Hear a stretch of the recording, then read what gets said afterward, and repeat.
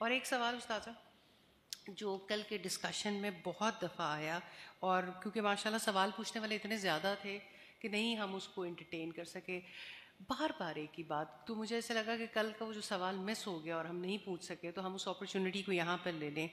اگر اللہ میرے ساتھ ہے تو میرے دل میں غم کیوں ہے؟ میں نمازیں بھی پڑھتی ہوں، میں تہجد بھی پڑھنے کی کوشش کرتی ہوں، میں عبادات بھی کرتی ہوں، لیکن میرا دل بے چین رہتا ہے. اور یہ سوال ملٹیپل ٹائم لوگوں کی طرف سے آیا کہ میں وہ سکون نہیں پاتی، وہ کنٹینٹمنٹ نہیں پاتی. یہ سب چیزوں کے باوجود یہ گیپ کیوں ہے؟ جزاک اللہ خیر. اللہ سبحانہ تعالیٰ کی یہ بڑی رحمت ہے، یہ مجلسیں، ہمارا اکٹھا ہونا، مل بیٹھنا. اب سوچیں دنیا میں لوگ مل بیٹھتے ہیں، ان کے مقاصد مختلف ہوتے ہیں، لیکن یہ مجلس پیورلی صرف اس لیے کہ ہم سب اللہ تعالیٰ سے کنیکٹڈ ہو جائیں. تو یہ سوال امپورٹنٹ ہے اس لیے کہ جب کوئی نماز بھی پڑھے، جب کوئی اپنے فرائض کو ادا کرنے کی کوشش کرے، لیکن پھر بھی دل کے اندر غم کس بات کا اظہار ہے. پہلی بات تو یہ ہے کہ جب ہم کہتے ہیں اللہ تعالیٰ ہمارے ساتھ ہے، ہم اللہ تعالیٰ کے ساتھ جینا چاہتے ہیں، ہم اللہ تعالیٰ سے محبت رکھتے ہیں، تو یہ بتائیے کہ کیا واقعی یہ سچ ہے؟ یہ سچی بات ہے. ہم جب نماز کے لیے، نماز پڑھنے کے لیے جاتے ہیں تو ساری مصروفیات میں سے اٹھ کے تیزی سے وضو کیا، تیزی سے گئے، تیزی سے نماز ادا کی، اللہ تعالیٰ کو کتنا یاد کرتے ہیں. اکثر لوگ یہ کہتے ہیں کہ جس وقت ہم نماز پڑھتے ہیں تو ہمیں بہت ساری باتیں یاد آتی ہیں، اور یہ کہ سارے دن کی پلاننگ ہو جاتی ہے. دن بھر میں جو باتیں ہوتی، تھوڑی دیر پہلے جو بات چیت ہوتی ہے، وہی چیزیں دماغ میں گھومتی رہتی ہیں. مجھے تو یہ بات صرف اس لیے آپ کے سامنے رکھنی ہے کہ ہم جن کاموں کو نیکی سمجھتے ہیں، نیکی سمجھ کے کر رہے ہوتے ہیں، اس میں ہمارا دل، ہم نے اپنا ہارٹ، اپنی سوچ کس حد تک دی ہوئی ہوتی ہے، ہم کتنے پیور ہوتے ہیں. نمبر ایک تو یہ بات ہے. اور اگر نیکی کے کام کرنے کے باوجود دل میں غم رہتا ہے، یا غم زدہ رہتے ہیں، یا یہ ہے کہ سٹریسڈ رہتے ہیں، یا یہ کہ کوئی پریشان رہتے ہیں، دل سکون میں نہیں آتا، تو اس کا مطلب دل نہیں لگا ہوا. اب دیکھیں کبھی کبھی ایسا ہوتا ہے نا کہ بچے اپنے کسی دوسرے کنٹری میں رہتے ہیں، جب وہ یہاں پاکستان میں آتے ہیں تو ان بچوں کا دل نہیں لگتا. جب بچے ایک جگہ پہ رہتے ہیں، دوسری جگہ لے کے جاؤ تو ان کا دل نہیں لگتا. اور بزرگ نارملی یہ کہتے ہیں کہ ہم ایک جگہ پہ رہتے ہیں، بس ہمیں ہماری جگہ سے نہ ادھر ادھر کریں، کیونکہ جب ہم ادھر ادھر ہوتے ہیں تو اس وقت ہمیں پریشانی لاحق ہونی شروع ہو جاتی ہے. تو جب کسی چیز کے ساتھ دل نہیں لگتا تو پھر دل پریشان تو ہوتا ہی ہے.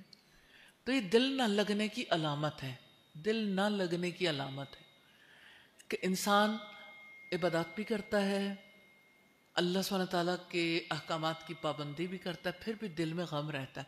ایک سچے مومن کے دل کے اندر بھی غم آ سکتا ہے، جیسے قرآن حکیم میں آتا ہے کہ ہم نے تمہیں غم پر غم دیے، لِكَيْ لَا تَأْسَوْا عَلَىٰ مَا فَاتَكُمْ، تاکہ تم ان چیزوں پر غم نہ کرو جو تم سے چھوٹ گئیں. تو اللہ تعالیٰ کی طرف سے ٹریننگ بھی ہوتی ہے. لیکن ایک سچا مومن جو ہوتا ہے، جس کا دل اللہ سبحانہ تعالیٰ سے لگا ہوا ہوتا ہے نا، اس کا غم اس کے لیے نرمی بن جاتا ہے. مثال کے طور پر آپ دیکھیے ڈیتھ کے موقع پہ جس کا دل اللہ سبحانہ تعالیٰ سے لگا ہوا نہیں ہوتا، وہ چیخ و پکار کرتا ہے، ہائے یہ کیسے ہو گیا. اس کو اس بات کی سمجھ نہیں آتی کوئی فوت کیسے ہو گیا، حالانکہ کون نہیں جانتا کہ سب نے فوت ہو جانا ہے اپنے اپنے وقت پہ. تو اس کا مطلب یہ ہے کہ یعنی ایسے فرد کو تو سمجھ نہیں آئی، لیکن دوسرا فرد ہے جس کا دل سکون میں ہے، اس نے اسے ایکسیپٹ کر لیا. غم اس کو بھی ہے. جیسے رسول اللہ صلی اللہ علیہ وسلم کے بیٹے کا انتقال ہوا تو آپ نے فرمایا آنکھ آنسو بہاتی ہے لیکن زبان وہی کہے گی جو اللہ تعالیٰ چاہتا ہے.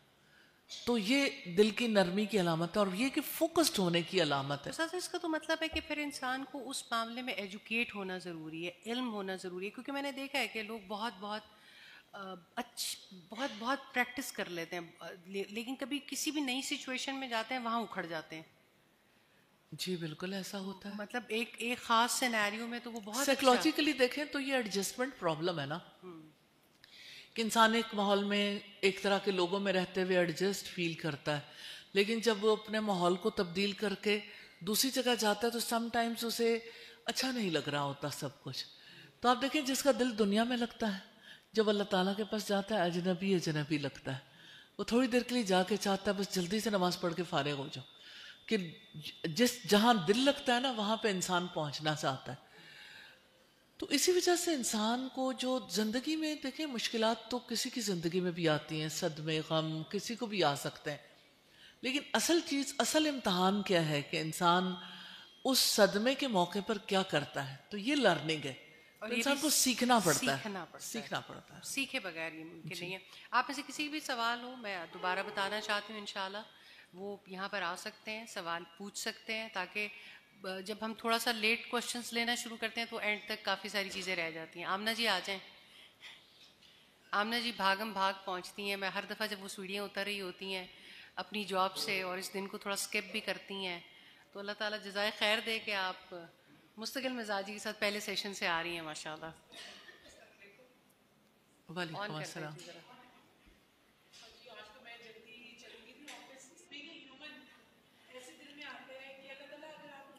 اتنا کر رہی ہوں یا میں آپ سے اتنا پیار کرتی ہوں اور آپ کی خاطر میں نے یہ سب کچھ کیا ہے, یہ سب یعنی جیسے کہتے ہیں مومن کا کیا ہوتا ہے کہ پہلی چوٹ پہ ہی جو ہوتا ہے نا, میرا سوال یہ ہے کہ جیسے ہم شکوہ بھی نہیں کرتے, تکلیف آئی صدمہ پہنچا اس میں وہی کلمات کہ بتائے بولے جو اللہ اور اس کے نبی نے بتائے ہوئے ہیں, سنت کو فالو کیا, لیکن پھر بھی جیسے آپ کہہ لیں کہ آنکھیں اشبار ہیں, دل غمزدہ ہے, وہ والی سچویشن رہتی ہے. اور دیکھیے بہت ساری چیزیں ایسی ہوتی ہیں جو ہم ایگزامپل سے زیادہ اچھی سیکھتے ہیں, اور ایگزامپلری کیریکٹرز جو ہوتے ہیں ان کی زندگی کے برتنے کا جو سٹائل ہوتا ہے نا اس سے ہمیں بہت ساری چیزیں سمجھ آ جاتی ہیں. میں آپ کے سامنے ایک کیریکٹر کو رکھنا چاہتی ہوں, بہت ہی یعنی جنہوں نے اپنی لائف میں کتنا اچھا لرن کیا. مثال کے طور پر جیسے ہم دیکھتے ہیں حضرت یعقوب علیہ السلام کو, بیٹا کھویا تھا, اور جب بیٹا کھویا تو تقریباً 20-21 سال بیٹا ملا ہی نہیں.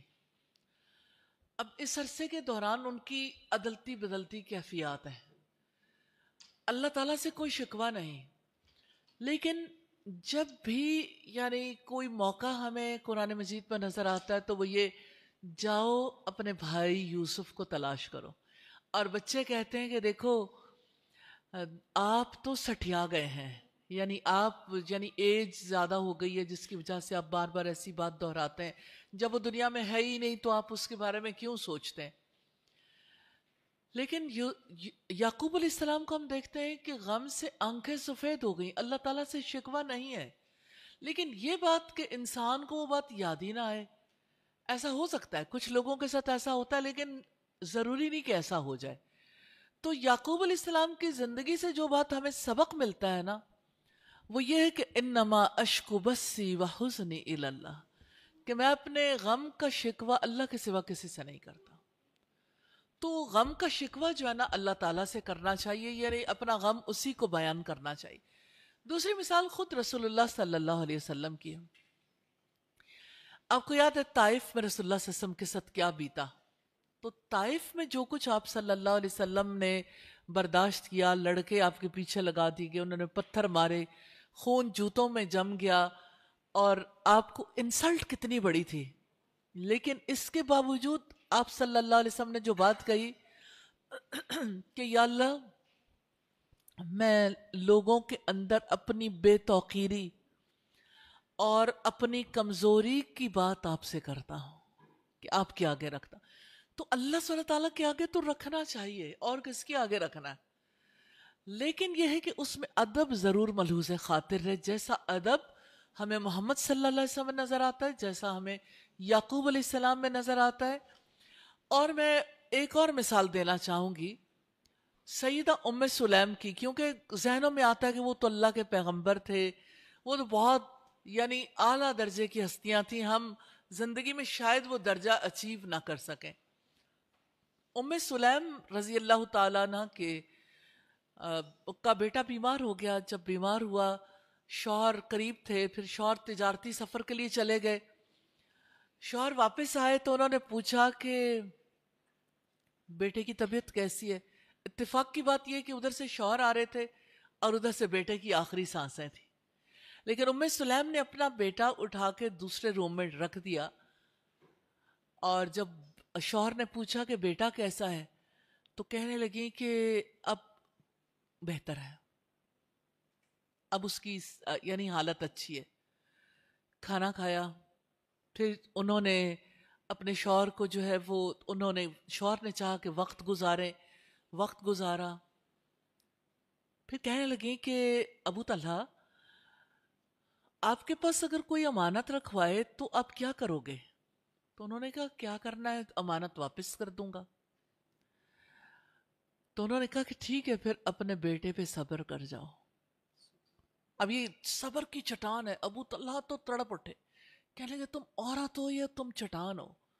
میں اس بات کو رسول اللہ کے سامنے رکھوں گا کہ تم نے مجھے اس وقت کیوں نہیں بتایا جب میں گھر آیا کہ اس کی وفات ہو چکی؟ تم نے تب بھی نہیں بتایا جب میں نے کھانا کھایا، تب نہیں بتایا جب میں نے تمہارے ساتھ وقت گزارا.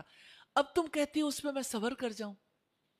رسول اللہ کے پاس گئے تو آپ صلی اللہ علیہ وسلم نے اس موقع پر ساری بات سن کے کہا اللہ آپ کی رات میں برکت عطا فرمائے. اور اللہ سبحانہ تعالیٰ نے اس رات کی برکت سے انہیں ایک اور بیٹا دے دیا. لیکن اس سے ہمیں پتہ چلتا ہے دو انسان جو دونوں مومن ہیں، ان میں سے ایک جو ہے اس کا دل مطمئن ہے لیکن دوسرے کے لیے غم سہنا مشکل ہے. مزاج بھی تو ہوتا ہے نا.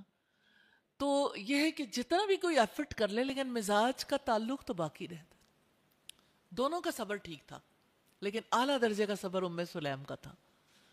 اور یہ ہے کہ دونوں اللہ تعالیٰ کے ساتھ جیتے تھے. لیکن پھر بھی ہمیں یہ فیل ہوتا ہے کہ پرسن ٹو پرسن ویری کرتا ہے ریاکشن، رد عمل جو ہوتا ہے. جی جزاک اللہ خیر. جی اب جو بھی آئیں وہ پلیز اپنا چھوٹا سا تعارف بھی کروا دیں، اپنا نام یا کوئی خاص بات بتانا چاہیں تو. نہیں آواز نہیں ہے. میں اتنی دیر ایک اپرچونٹی لے لیتی ہوں. السلام علیکم. وعلیکم السلام. استاذہ میرا نام قرۃ العین ہے and I am certified chartered accountant. میرا کویشچن اللہ سے کنیکٹیوٹی کے بارے میں ہی ہے اور میں اپنی پرسنل ایک پرابلم شیئر کرنا چاہتی ہوں اگر مجھے سمجھ آ جائے کہ میری اس وقت کیفیت کیا ہے. میں جب بھی اپنے آپ کو دیکھتی ہوں، اللہ سے بات چیت کرتی ہوں تو مجھے فیل ہوتا ہے کہ ایمان بہت اسٹرانگ ہے. پھر ایسا مومنٹ آتا ہے جب لگتا ہے کہ بالکل انسان دنیاوی اس میں دوڑ میں لگ گیا. سو کنسسٹنسی نہیں ہے. کبھی لگتا ہے کہ بہت ایمان کی گھڑی ہے، کبھی انسان غافل ہو جاتا ہے. جب میں نماز کی نیت کرتی ہوں تو پہلی رکعت میں امیجن کرتی ہوں خانہ کعبہ کو، اور وہ میری پہلی رکعت بالکل فوکسڈ صحیح رہتی ہے. بیچ میں کہیں تیسری چوتھی رکعت میں فوکس رکھنے کے باوجود بھی مجھے ایسے لگتا ہے ڈائیورژن آ رہی ہے. جیسے بھی آپ نے مینشن کیا کہ چیک لسٹ، پوری ٹو ڈو لسٹ آپ کی مائنڈ میں ڈفرینٹ خیالات آتے ہیں. میں بہت کوشش کرتی ہوں لیکن اتنا زیادہ مجھے پرابلم ہو رہا ہے یہ کہ نماز کے دوران ایسے خیالات آتے ہیں. کیا یہ دل کی منافقت ہے یا؟ رسول اللہ سے کسی نے سوال کیا تھا کہ نماز کے دوران ہمیں خیالات آتے ہیں تو آپ نے فرمایا تھا یہ خنزب ہے، یعنی شیطان جو انسان کے دل کے اندر وسوسے ڈالتا ہے. اور حافظ ابن قیم نے اپنی کتاب میں 5 سٹیجز بتائی ہیں نمازیوں کی. ایک وہ ہے جو مشغول فی الوساوس ہے، یعنی اس کے دل میں ہر وقت بہت بہت خیالات آتے ہیں. لیکن کوئی انسان ہے جو سٹرگل کرتا ہے اور ان وسوسوں سے آگے نکلنے کی کوشش کرتا ہے اور وہ اللہ سبحانہ تعالیٰ کو بھی یاد کرتا ہے لیکن پھر بھی اس کے اوپر حملے کافی ہوتے ہیں. تو یہ دوسرا سٹیپ ہے. پھر تیسرا آتا ہے جہاں وہ کافی حد تک وسوسوں سے بچ جاتا ہے لیکن ابھی ایسی کیفیت نہیں ہوتی جو یعنی اسے آئیڈلائز کیا جا سکے. چوتھی سٹیج میں جا کے وہ اللہ سبحانہ تعالیٰ سے بالکل کنیکٹڈ ہو جاتا ہے. اور 5ویں سٹیج میں اسے دنیا بھول جاتی. تو ہم سب ان سٹیجز میں سے کسی نہ کسی سٹیج پر ہوتے ہیں. کبھی بالکل لوئسٹ سٹیج پہ، کبھی تھوڑا درمیان میں آ جاتے ہیں. اوپر والی سٹیجز تو اللہ تعالیٰ اپنی مہربانی سے جس کو چاہتا ہے نصیب کرتا ہے. میں نماز کے بارے میں خصوصی بات کہنا چاہتی ہوں. یہ جو آپ بیت اللہ کا تصور کرتے ہیں نا, آپ کر سکتے ہیں, لیکن ہم اگر سنت دیکھیں تو رسول اللہ نے نماز کی کوالٹی کو بہتر بنانے کے لیے جو طریقہ کار ہمیں بتایا, آسمانوں سے اللہ سبحانہ تعالیٰ نے حضرت جبریل علیہ السلام کو بھیجا تھا دین سکھانے کے لیے, اور انہوں نے سوال کیا تھا مل احسان, عبادت کا حسن کیا ہے؟ تو آپ صلی اللہ علیہ وسلم نے فرمایا ان تعبد اللہ کأنک تراہ, تم اللہ کی عبادت ایسے کرو گویا کہ تم اسے دیکھتے ہو. فَإِن لَمْ تَكُنْ تَرَاهُ فَإِنَّهُ يَرَاكَ, پھر اگر تم اسے نہیں دیکھتے وہ تو تمہیں دیکھتا ہے. تو یہ جو کیفیت ہے نا, ان دو میں سے ایک, مشاہدہ یا مراقبہ. مراقبہ کا مطلب ہوتا ہے خود کو اللہ کی نگرانی میں محسوس کرنا. اب آپ دیکھیں کہ اپنی آنکھوں سے انسان اللہ تعالیٰ کو کیسے دیکھ سکتا ہے, جبکہ اللہ تعالیٰ نے قرآن مجید میں فرمایا لا تدرکہ الابصار, نگاہیں اس کو پا نہیں سکتی. امیجن کرنا جیسے آپ سوچتے ہو کہ میں اللہ تعالیٰ کے سامنے ہوں. ایک انسان یہ سوچ سکتا ہے کہ میں اللہ کے سامنے ہاتھ باندھ کے کھڑی, بیسٹ کیفیت. جب آپ اللہ تعالیٰ کو سامنے محسوس کرتے ہو تو آپ فوکسڈ ہو جاتے ہو. اچھا, آپ یہ کیفیت کسی وقت لا پاتے ہو, کسی کبھی نہیں بھی ہوتی. جب نہیں ہوتی تو کم از کم اللہ کی نظروں کو انسان محسوس کر لے. تو نظروں کا شعور کتنا ٹھیک کر سکتا ہے, آپ میں سے کون نا واقف ہے؟ کیمرے کی آنکھ آپ کو دیکھ رہی, جہاں لگا ہو سب لوگ کانشیس ہو جاتے ہیں. تو ون کین بی کانشیس. تو یہ نماز کی کوالٹی کو بہتر بنانے کے لیے یہ طریقہ, کوالٹی ایشورنس کے لیے ایک سٹینڈرڈ ہے جو رسول اللہ صلی اللہ علیہ وسلم نے بتایا. جی, نماز کے دوران جیسے یوننگ بہت زیادہ اگر ہو تو ہاتھ منہ پہ رکھ لینا چاہیے, یا آپ منہ بند کر کے بھی اگر کر سکتے ہیں تو کیا بہتر ہے؟ دونوں زیادہ طرح سے کر سکتے ہیں. مطلب میرا یہ ہوتا ہے کہ میں منہ بند کر کے کنٹرول کر لیتی ہوں کہ منہ نہ کھلے انسان کا. ویسے وضو بذات خود جو ہے وہ تھوڑا سا نیند کو دور تو کرتا ہے, اور یہ ہے کہ نماز سے پہلے اگر کسی کو بھوک لگی ہے تو رسول اللہ نے فرمایا کہ اگر کھانا چن دیا کیا, یعنی کھانے کا وقت ہے تو آپ پہلے کھانا کھا لو. اگر آپ نے کوئی اور ضروریات سے فارغ ہونا تو آپ وہ کام کر لو. نیند آئی ہے تو پہلے سو جاؤ. یعنی فریش ٹائم میں نماز پڑھنی چاہیے. ہمارے سارے بہت پیارے لوگ ہیں, لیکن عام طور پر ہوتا یہ ہے کہ لوگ کہتے ہیں کہ جلدی سے نماز پڑھ لو پھر سونا ہے, جلدی سے نماز پڑھ لو پھر کھانا ہے. تو اللہ سبحانہ تعالیٰ کے ساتھ اگر دل لگے تو جہاں دل لگتا ہے تو انسان ساری مصروفیات سے خود کو آزاد کر کے وہ کام نہیں کرتا. اب بچوں کو دیکھیں, جب انہوں نے گپ شپ کرنی ہو, نائٹ آؤٹ ہو بچوں کی کوئی, یا کوئی اور ایسا سلسلہ ہو, تو وہ ادھر ادھر کی ساری مصروفیات سے فارغ ہو کے اپنے آپ کو آزاد کرتے ہیں کہ ہاں ہم نے اس وقت یہ کام کرنا ہے. تو اللہ سبحانہ تعالیٰ سے دل لگانے کے لیے آپ ایفرٹ کر رہی ہو, اللہ تعالیٰ آپ کو بہت برکت دے, قبول کرے اور اس میں مزید اضافہ فرمائے. جی, بارک اللہ. بہت شکریہ. السلام علیکم اساتذہ, میرا نام ڈاکٹر مریم ہے. میرا کویشچن ہے کہ مجھے ایک سعودی اسلامک اسکالر تھی, وہ مجھے ملی تھی. وہ کہتی ہیں جب بھی آپ کسی انسان سے ایسی محبت کریں جو صرف اللہ کے لیے جائز ہے, تو اس میں اللہ آپ کو تباہ کر دیتا ہے یا آپ کو مزریبل کر دیتا ہے. تو ہم کیسے باؤنڈری سیٹ کر سکتے ہیں کہ کیا فرق ہے کہ جو محبت صرف اللہ کے لیے جائز ہے یا کسی انسان کے لیے صرف آپ کر سکتے ہو, اس کی باؤنڈریز کیا ہیں اور اس کا فرق کیسے پتہ لگا؟ صحیح. پہلے میں حدیث سنانا چاہتی ہوں آپ کو, اس کی یعنی کہ اللہ سبحانہ تعالیٰ کے لیے محبت کے حوالے سے. نبی صلی اللہ علیہ وسلم نے فرمایا من احب للہ وابغض للہ وآتا للہ ومنع للہ فقد استکمل الایمان. جس نے اللہ کے لیے محبت کی کسی انسان سے, اور جس نے اللہ سبحانہ تعالیٰ کے لیے نفرت کی, جس نے اللہ تعالیٰ کے لیے دیا اور اللہ تعالیٰ کے لیے روک لیا, اس نے اپنے ایمان کو مکمل کر لیا. اللہ سبحانہ تعالیٰ کے لیے محبت کرنا ایمان کی تکمیل کے لیے ضروری ہے. اللہ سبحانہ تعالیٰ سے تو محبت کی بات سمجھ آتی ہے کہ اللہ تعالیٰ سے انسان کیسے محبت کرے. اللہ تعالیٰ کے لیے محبت کیا ہوتی ہے کہ کوئی ذاتی غرض نہیں ہے, کوئی کسی قسم کے اور معاملہ نہیں ہے, لیکن ایک انسان کی نیکی دیکھ کے, ایک انسان کا تقوی, یا انسان محسوس کرتا ہے کہ ایسے انسان کی دوستی انسان کو نفع دے گی. کہ وہ جیسے نبی صلی اللہ علیہ وسلم نے فرمایا کہ اچھے دوست کی مثال عطر فروش جیسی ہے کہ وہ تحفے میں عطر نہ دے, انسان اسے خریدے بھی نہیں لیکن اس کے پاس بیٹھنے سے خوشبو آتی ہے. وہ کہتے ہیں نا غالب ندیم دوست سے آتی ہے بوئے دوست, کہ انسان جب دوست کے پاس بھی بیٹھتا ہے نا تو یعنی پتہ لگتا ہے یہ فلاں کا دوست ہے.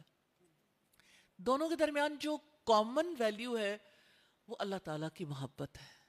اگر دونوں مل کے یہ سوچیں کہ اللہ سبحانہ تعالیٰ کی محبت کی بجائے ان کی محبت کا فوکس کہیں اور ہے, تو نیچرلی یعنی وہ محبت پھر اللہ تعالیٰ کے لیے تو نہیں ہوتی. میں ایک ایگزامپل دیتی ہوں. حضرت ابو ہریرہ ایک دفعہ جامع مسجد دمشق میں بیٹھے ہوئے تھے. ایک شخص ان کے پاس آیا اور کہنے لگا میں اللہ تعالیٰ کے لیے آپ سے محبت کرتا ہوں. تو انہوں نے کہا ادھر آؤ بیٹھو. جب وہ بیٹھے تو کہنے لگے کہ تمہارے پاس کیا ہے, یعنی کیا تمہارا مال کیا ہے, یا تم کیا کچھ رکھتے ہو. تو اس نے بتایا کہ میرے پاس یہ کچھ ہے. کہنے لگے یہ سب کچھ مجھے دے سکتے ہو. اس نے کہا نہیں. تو انہوں نے کہا پھر جاؤ. اب میں نے یہ ایگزامپل کیوں دی ہے کہ اللہ سبحانہ تعالیٰ کی خاطر محبت کرنے والے ایک دوسرے کے لیے ایثار کرتے ہیں, جیسے انصار اور مہاجرین نے ایثار کیا تھا. یعنی ان کی خوشیاں, ان کے غم, ان کے باقی معاملات ایک ہوتے ہیں. پھر وہ اپنے اوپر دوسروں کو ترجیح دیتے ہیں. وَيُؤْثِرُونَ عَلَىٰ أَنفُسِهِمْ وَلَوْ كَانَ بِهِمْ خَصَاصَةٌ. وہ اپنے اوپر دوسروں کو ترجیح دیتے ہیں اگرچہ خود تنگی میں کیوں نہ. اور آپ دیکھیے کہ اللہ سبحانہ تعالیٰ کی خاطر جو محبت ہے اس کا صلہ اتنا بڑا ہے. نبی صلی اللہ علیہ وسلم نے فرمایا حشر کے میدان میں کچھ لوگ ایسے ہوں گے جن پر انبیاء اور شہداء بھی رشک کریں گے. لوگ پوچھیں گے یہ کون لوگ ہیں, تو بتایا جائے گا یہ وہ لوگ ہیں جن کی آپس میں صرف اللہ سبحانہ تعالیٰ کی وجہ سے محبت تھی. آپ کی ایک اور حدیث ہے, آپ نے فرمایا کہ اللہ سبحانہ تعالیٰ کی خاطر محبت کرنے والوں کو اللہ تعالیٰ اپنے عرش کے سائے تلے جگہ دے گا جس دن کوئی سایہ نہیں ہوگا. اور آپ نے فرمایا کہ حشر کے میدان میں یاقوت اور زبرجد کے تخت بچھائے جائیں گے. جسٹ امیجن, روبیز کے تخت ہوں گے. وہ ان لوگوں کے لیے بچھائے جائیں گے جنہوں نے آپس میں اللہ تعالیٰ کے لیے محبت کی. اللہ سبحانہ تعالیٰ کے لیے محبت یہ کوئی چھوٹی بات نہیں ہے, چھوٹی چیز نہیں ہے. اور ایک مسلم کمیونٹی میں اللہ سبحانہ تعالیٰ ایسا تعلق فروغ دینا چاہتے ہیں کہ لوگ اللہ تعالیٰ کے لیے باہمی محبت کریں, اخوت کا رشتہ پروان چڑھے, ان کی خوشیاں ان کے غم سانجھیں ہوں. اور ہم جب دیکھتے ہیں صحابہ کرام کے درمیان محبت کو, آپ کو یاد ہے ایک جنگ کے موقع پر جب یعنی لوگ بہت زخمی تھے اور کسی صحابی کو پیاس لگی, شدید زخمی تھے, اٹھ نہیں سکتے تھے. انہوں نے کہا الاتش, پیاس. پانی کا پیالہ لے کے ان کے پاس کوئی آیا, انہیں دیا. تو اتنے میں ایک اور صحابی کی آواز آئی پیاس. تو انہوں نے کہا پہلے اسے دے دیں. دوسرے صحابی کے پاس پہنچا تو ایک اور آواز آئی, انہوں نے پھر اس کے پاس بھجوا دیا. کرتے کرتے جب پیالہ پہلے صحابی کے پاس آیا تو وہ جان آفرین کو سپرد کر چکے تھے. اور یہ یعنی سنہری الفاظ میں لکھے جانے کے قابل واقعہ ہے کہ ایسی محبت, اپنے اوپر ایسا دوسروں کو ترجیح دینا کہ دوسروں کی ضروریات, دوسروں کے معاملات اپنے سے زیادہ امپورٹنٹ ہو جائیں. تو یہ اللہ سبحانہ تعالیٰ کی خاطر محبت ہے. اب یہ کہ بہت سارے لوگ ہیں جو اللہ سبحانہ تعالیٰ کی خاطر محبت کا نام لیتے ہیں لیکن محبت کی اصل بنیاد نہیں ہوتی. تو اس کا طریقہ کار صرف اتنا ہے کہ ان کے آپس میں یعنی ملنا, آپس کی محبت, آپس کے تعلق کا اصل سبب کیا ہے. تو اصل سبب اگر دنیا ہے تو اللہ تعالیٰ دنیا سے روکتے نہیں ہیں. جو اللہ کی خاطر محبت کرتے ہیں وہ بھی دنیا میں ہی رہتے ہیں, وہ بھی مال کماتے ہیں, وہ بھی خرچ کرتے ہیں, وہ بھی دنیا برتتے ہیں, وہ کوئی دنیا سے الگ لوگ نہیں ہوتے. لیکن ان کے لیے اللہ سبحانہ تعالیٰ کی بات بڑی ہوتی ہے, اللہ کی ذات بڑی ہوتی ہے, اللہ تعالیٰ کے کلمات بڑے ہوتے ہیں, اس کے احکامات بڑے ہوتے ہیں, تو جن کے دل میں اللہ سبحانہ تعالیٰ سب سے بڑا ہوتا ہے وہ آپس میں محبت کر سکتے ہیں. جی کلیئر ہوگی؟ جی جزاک اللہ, بارک اللہ.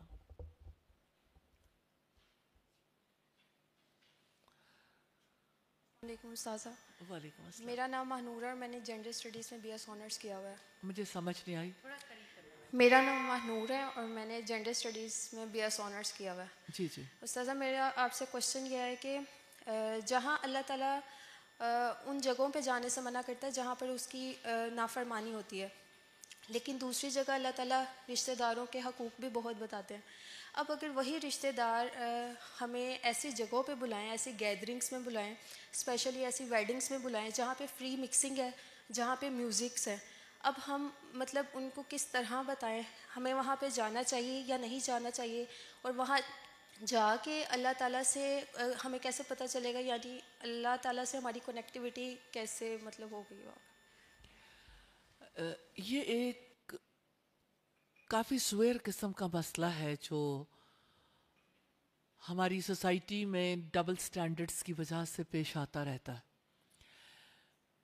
بات یہ ہے کہ رشتہ داری کے حقوق کو ختم تو نہیں کیا جا سکتا. اب اس بنیاد پر رشتہ داریاں تو نہیں توڑ سکتے, لیکن اللہ سبحانہ تعالیٰ سے تعلق کو بھی نہیں ختم کیا جا سکتا. اللہ تعالیٰ کے احکامات کو بھی پس پش نہیں ڈالا جا سکتا. قرآن مجید میں اس کا حل موجود ہے کہ آپ جب دیکھو کسی جگہ پر اللہ کی آیات کا مذاق اڑایا جاتا ہے تو وہاں سے اٹھ جاؤ, اور اس وقت تک نہ بیٹھو جب تک کہ وہاں سے وہ بات ختم نہیں ہو جاتی. تو آپ جب جاتے ہو شاپنگ کرنے تو جن مالز میں جاتے ہیں وہاں میوزک نہیں ہوتا. آپ جس وقت یعنی آپ گھر سے باہر قدم رکھتے ہیں, جس سوسائٹی میں رہتے ہیں, اٹھتے بیٹھتے ہیں, وہاں ہر جگہ یہی صورتحال ہے. آپ کتنا بچ سکتے ہیں؟ مجھے کبھی کبھی یہ ضرور یہ بات ذہن میں آتی ہے کہ جب کبھی رشتہ داروں کی بات آتی ہے تو لوگ, شیطان انسان کو سم ٹائمز یعنی ہمارے سامنے صورتحال اور طرح سے لے کے آ رہا ہوتا ہے. ہمیں آپس کے تعلقات کو اچھے طریقے سے نبھانا چاہیے, بتانا بھی چاہیے, اور ایسے موقع پر جہاں کوئی زیادہ ایسی خرابی ہو رہی تو اٹھ جانا چاہیے. جب وہ چیز ختم ہو جائے تو اس وقت آ کے بیٹھ جانا چاہیے.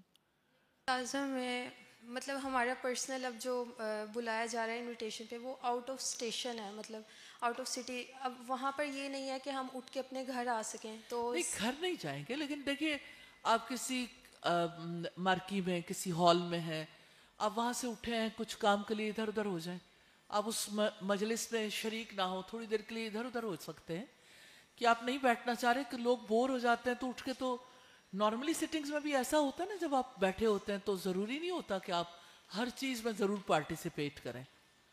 تو اس موقع پہ انسان تھوڑی دیر کے لیے الگ ہو جائے.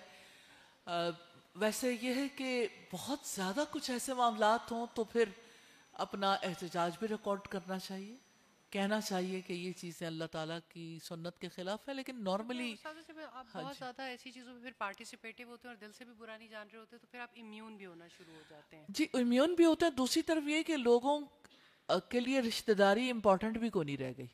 یہ بھی ہے کہ جب آپ کے رشتے, آپ کے اتنے گہرے تعلقات ہیں, اگر وہ آپ کو محسوس ہو رہا ہے کہ اللہ کی نافرمانی کے کاموں میں جا رہے ہیں, تو آپ کو کچھ نہ کچھ ڈیسائیڈ تو کرنا چاہیے کہ کس طرح سے. صرف یہی موقع تو نہیں ہے جب کہنا, یہ کام تو ہر وقت ہی کرنے والا ہے نا, کہ لوگوں کو اللہ تعالیٰ کی طرف بلائیں, چھوڑنا نہیں چاہیے. بالکل ایسے ہی. جزاک اللہ خیر. رحمۃ اللہ وبرکاتہ. میرا نام تحریم فاطمہ ہے اور میں B S public health student ہوں. میرا سوال یہ ہے کہ اگر ایک انسان کے ایمان کا سٹیٹس ایسا ہے کہ وہ اپنے اللہ سے راضی ہے اور وہ اس چیز کو محسوس کرتا ہے کہ اس کا اللہ بھی اس سے بہت محبت کرتا ہے اور وہ بھی اس سے راضی ہے, لیکن پھر وہ دیکھتا ہے کہ اس کی زندگی میں کوئی مشکلات نہیں آ رہی ہیں, کوئی پریشانیاں نہیں ہیں, اسے کوئی تکلیف نہیں ہو رہی ہے, حالانکہ یہ کہا گیا ہے کہ مومن کے لیے تو یہ دنیا قید خانہ ہے, تو ایسی سچویشن میں وہ انسان کیا سمجھے؟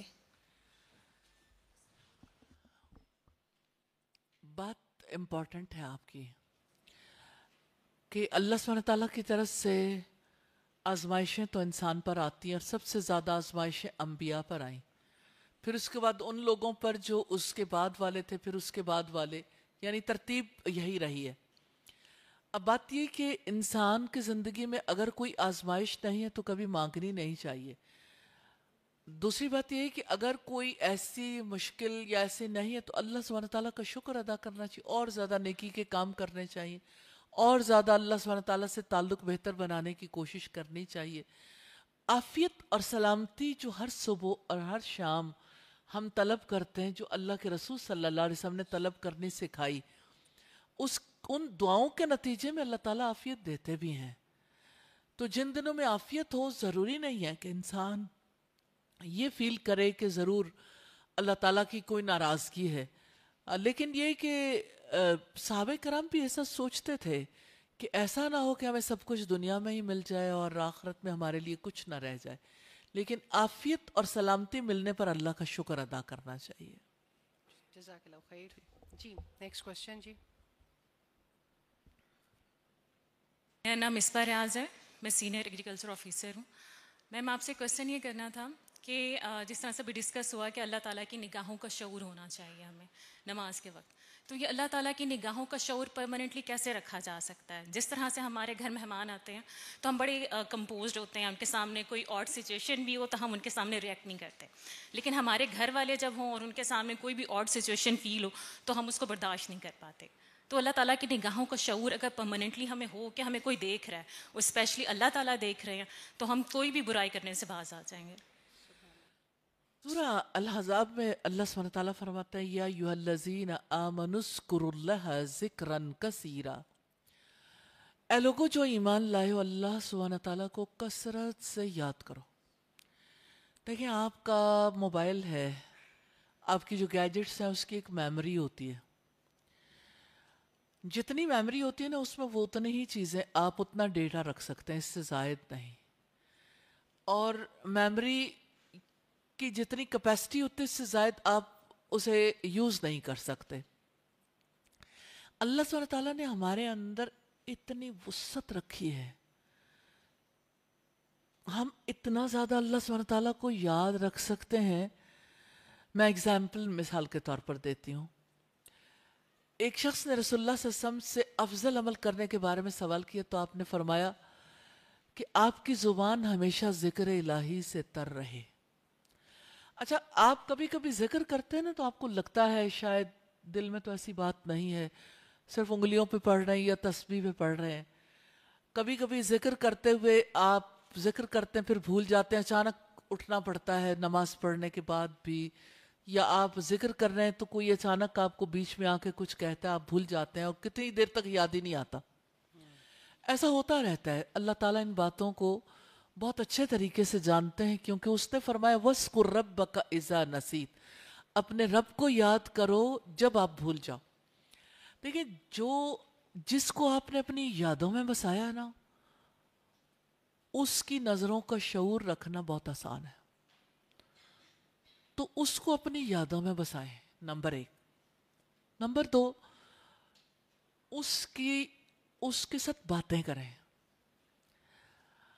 عام حالات میں بھی. جیسے نبی صلی اللہ علیہ وسلم سے حضرت ابو ذر نے پوچھا تھا کہ اے اللہ کے رسول یہ بتائیے کہ جو پہلی کتابیں تھیں صحف ابراہیم، صحف موسیٰ، ان میں کیا چیز آئی تھی؟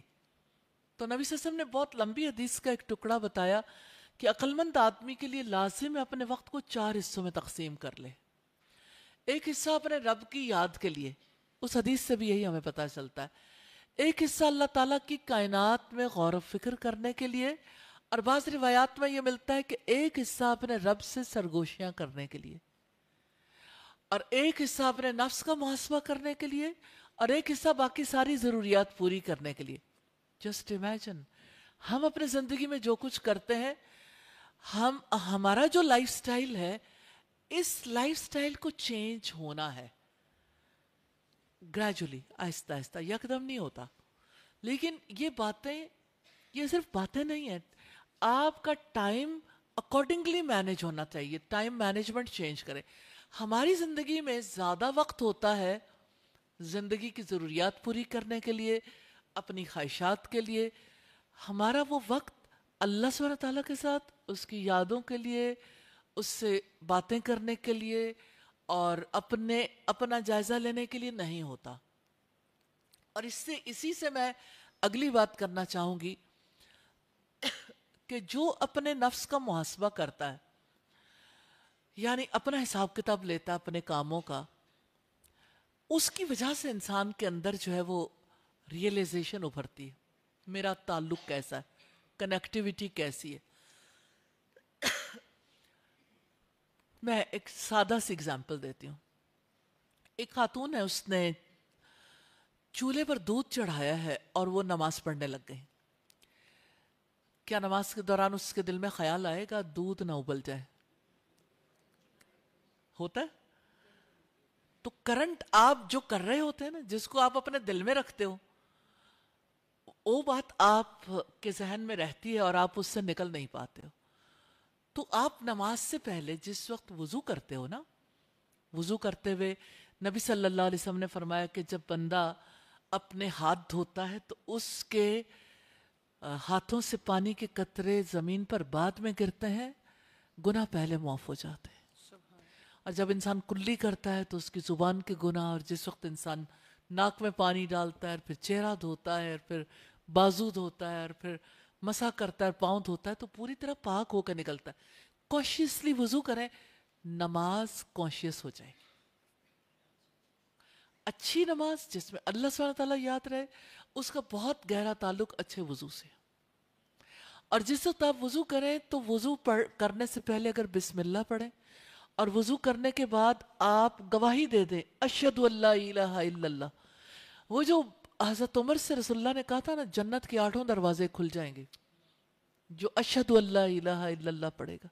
تو اسی لیے کہا کہ واقعی نماز ہی میں انسان اس کیفیت میں چلا جاتا ہے. تو یہ ساری باتیں کرنے کے لیے نہیں ہوتی. اف یو آر انٹرسٹڈ تو ان کو نوٹ کیا کریں اور پھر برتیں, یعنی پھر اس کو اپنی پریکٹس میں لے کے آئیں.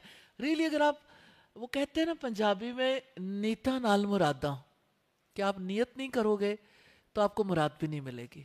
تو نیت کرنی ضروری ہے. 1 2 3 جو ٹپس ہیں اس کو آپ پریکٹس کریں گے. آخر ہم اللہ سبحانہ تعالیٰ سے تعلق اور محبت کو سیکھ رہے ہیں, تو تعلق تو بنانے سے بنتا ہے نا. تو انشاءاللہ اللہ تعالیٰ کی رحمت ہوگی. بارک اللہ. جزاک اللہ خیر. السلام علیکم. وعلیکم السلام. میرا نام عائشہ ہے, میں ایم فل کی اسٹوڈنٹ ہوں اور میں بینک میں جاب کر رہی ہوں. میرا کوشچن یہ ہے کہ اللہ تعالیٰ کی پسندیدہ چیز ہے شادی, نکاح.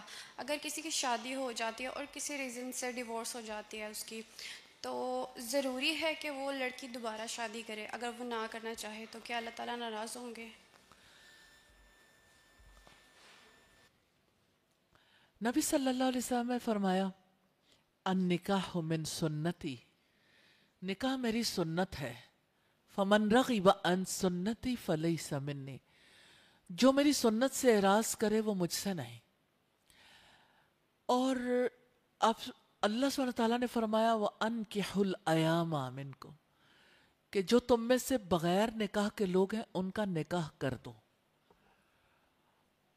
ایک مجموعی طور پر صورتحال کو بہتر بنانے کے لیے, سوسائٹی کی صورتحال کے مطابق, اللہ سبحانہ تعالیٰ اگر سوسائٹی کے افراد کے لیے چاہتے ہیں کہ سب نکاح کے ساتھ رہیں, تو اس میں انسان کے لیے خیر ہے, شر نہیں ہے. ہاں, تلخیاں کہاں لے جائے انسان, وہ بیٹرنس جو ماضی کا جو تجربہ ہے ناکام رہا, ایک یعنی دو انسانوں کی نہیں بن سکی. تو آپ دیکھیں کبھی کبھی ایسا ہوتا ہے ہمیں بخار ہو جاتا ہے, تو پھر کیا ہم کبھی صحت مند زندگی نہیں گزاریں گے؟ اگر آپ کو خدا نخواستہ کسی کا کوئی آپریشن ہو جاتا ہے تو وہ ہیل ہو گیا, اب وہ نارمل زندگی گزار سکتا ہے. تو ہیلنگ پروسیس میں تو بہت مشکل ہوتا ہے, لیکن یہ ہے کہ اللہ بلیو ان اللہ سبحانہ تعالیٰ, اللہ تعالیٰ اس میں ضرور خیر رکھیں گے. ایسا ہو سکتا ہے کہ دو لوگوں کی آپس میں نہیں بنی, لیکن ان دو لوگوں کی کہیں اور شادی ہوتی تو دونوں کی بن جاتی ہے. لیکن یہ ضروری نہیں ہے کہ پھر بھی بن جائے. کئی لوگ ایسے ہوتے ہیں ان کی ایک دفعہ شادی ہوئی, دوسری دفعہ ہوئی, پھر آگے سلسلہ اور ہو جاتا ہے. ایک دلچسپ بات بتانا چاہتی ہوں. صحابیات کی جب باتیں کرتے ہیں تو بہت ساری چیزیں بہت انٹرسٹنگ بھی ہوتی ہیں. ایک صحابیہ جن کا نام تھا عاتقہ, ان کا نکاح ہوا تو ان کے ہسبینڈ شہید ہو گئے. پھر دوسری جگہ سے ان کو پیغام آ گیا عدت گزارنے کے بعد, نکاح ہوا وہ بھی شہید ہو گئے. پھر عدت گزاری, پھر نکاح ہوا وہ بھی شہید ہو گئے. چوتھی بار جن سے نکاح ہوا وہ بھی شہید ہو گئے.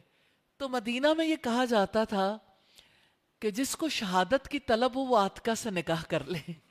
تو سم ٹائمز ایسا ہوتا ہے, مجھے آپ کی بات پہ آیا کہ اس میں یعنی لوگوں کے لیے اتنا 1 2 3 4 ایکسپیرینسز کے بعد 5ویں دفعہ بھی وہ تیار ہو جاتے تھے. تو انسانوں پر انسان ٹرسٹ نہیں کر سکتا, لیکن اللہ سبحانہ تعالیٰ تو آپ سے بہت پیار کرتا ہے اور انسانوں سے پیار کرتا ہے نا وہ. تو اللہ تعالیٰ پر بلیو کریں کہ اللہ تعالیٰ ضرور اچھا راستہ نکالے گا. سورۃ طلاق کی آیت آپ کے سامنے رکھنا چاہتی ہوں. اللہ سبحانہ تعالیٰ کہتے ہیں وَمَن يَتَّقِ اللَّهَ يَجْعَل لَّهُ مَخْرَجًا, جو اللہ کا تقوی اختیار کرتا ہے, اللہ تعالیٰ سے ڈرتا ہے, اللہ تعالیٰ اس کے لیے مشکلات سے نکلنے کا راستہ بنا دیتا ہے. تو مشکل آتی ہے لیکن اللہ تعالیٰ نکال دیتا ہے. اور اللہ تعالیٰ یہ کہتے ہیں وَمَن يَتَوَكَّلْ عَلَى اللَّهِ فَهُوَ حَسْبُهُ, جو اللہ پر ٹرسٹ کرتا ہے اللہ اس کے لیے کافی ہو جاتا ہے. تو اس لیے بلیو ان اللہ سبحانہ و تعالیٰ, ٹرسٹ ان اللہ سبحانہ و تعالیٰ. اللہ تعالیٰ بہت آسانیاں کرتے ہیں. جزاک اللہ خیر استاد. جی بارک نیکسٹ اللہ. کوسچن.